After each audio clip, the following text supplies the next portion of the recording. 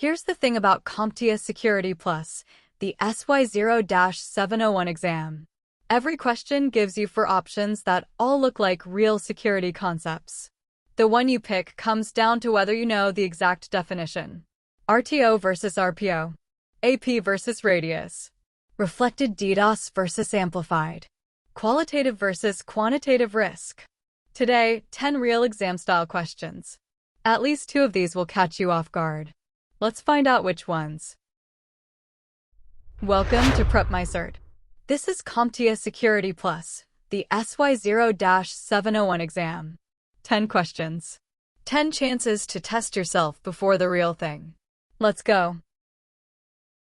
Starting with Zero Trust architecture. For Zero Trust components, they all do something, but only one is the gatekeeper. Your org runs a Zero Trust model. Which component of the data plane is responsible for verifying the user or device before it interacts with the network resource?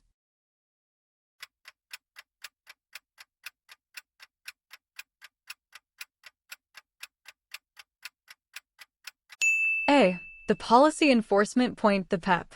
It's the gatekeeper at the data plane. It intercepts the access request and applies the decision that the policy engine made up in the control plane. The policy engine decides control plane. The policy administrator translates that decision into actions. The subject is the user or device making the request. It's not the verifier. PEP is where verification actually happens at the network layer. Now a DDoS scenario. Pay attention to the keyword responses to requests we never made. A SaaS company sees latency spikes and outages. Massive incoming traffic, but its responses to requests they never made, coming from a broad range of IPs. Which attack?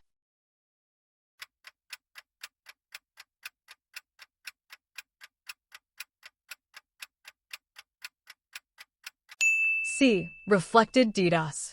The attacker spoofs the victim's IP as the source and sends requests to many third-party servers. Those servers respond to the victim.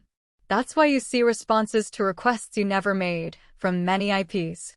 Amplified DDoS is similar, but specifically uses asymmetric response sizes, like a small DNS query producing a huge response.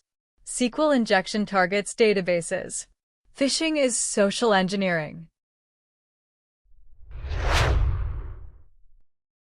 Rogue access point at a cafe. The attack name is one thing, but the threat vector is what's being tested. Attacker sets up a rogue access point at a cafe mimicking the legit Wi-Fi. Customers connect. Attacker intercepts traffic. Best classifies the threat vector?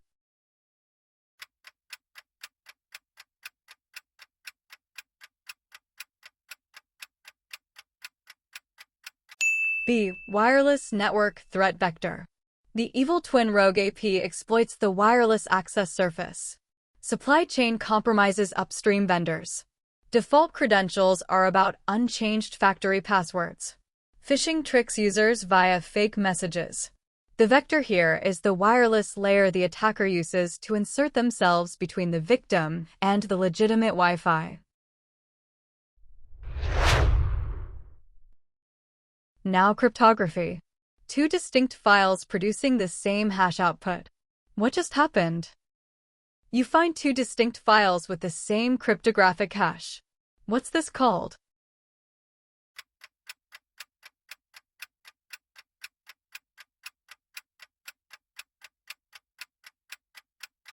D. Cryptographic collision.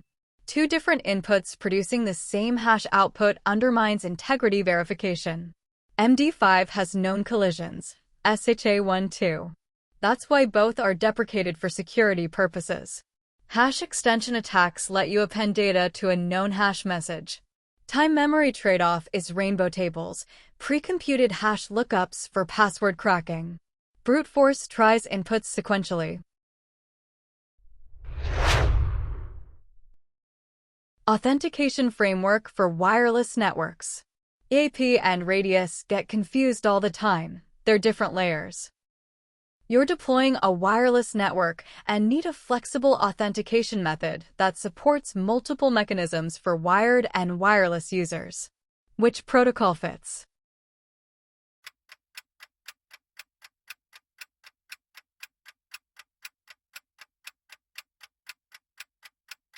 B. EAP, Extensible Authentication Protocol. A framework supporting many auth methods over the same transport, passwords, certificates, smart cards, biometrics. That's the flexibility. Radius is the transport that often carries the EAP messages back to the auth server, but Radius itself doesn't define the methods. WPA3 is the wireless encryption protocol, not authentication. LDAP is a directory service, also not an auth framework. Now the question I teased. RPO versus RTO. These get mixed up on every exam. In disaster recovery, which term describes the maximum targeted period in which data might be lost due to a major incident?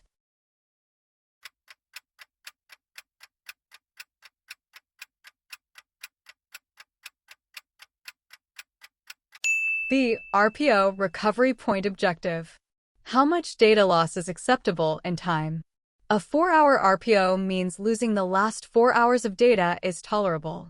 RTO is how long to restore service, that's downtime. SLA is the contractual availability commitment. MTBF is hardware reliability, mean time between failures.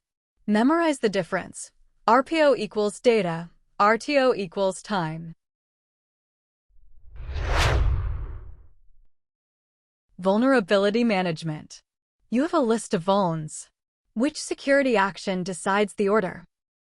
You need to decide the order in which identified vulnerabilities should be addressed, based on impact and exploitation likelihood. Best action?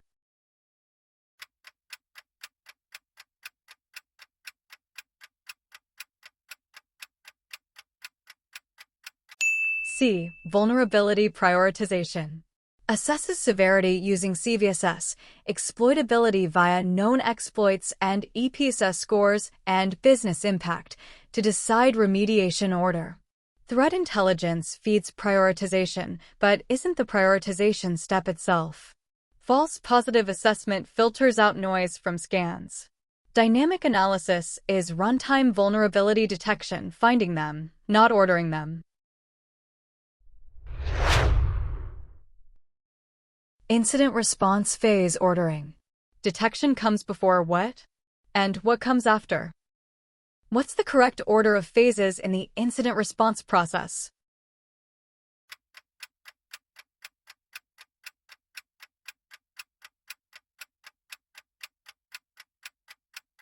C. Preparation, detection, containment, eradication, recovery. The NIST IR life cycle. Preparation. Have the plan, the tools, the runbook. Detection. Identify the incident. Containment. Stop the spread first. This is critical before eradication.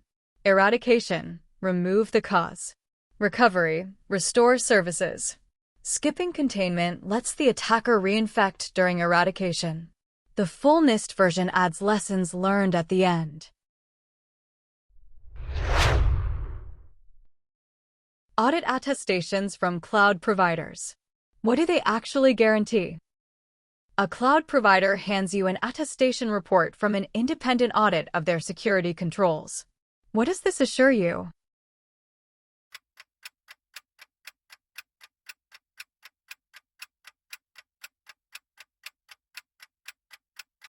A. The provider's controls comply with established standards.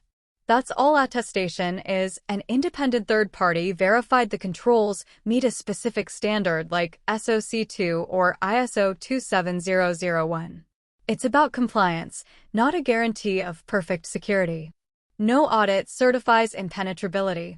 Marketing and pricing aren't in scope. Last one. Risk assessment methods. Numbers or no numbers, that's the divide. David categorizes risks by likelihood and impact without assigning monetary values. What risk assessment method is he using?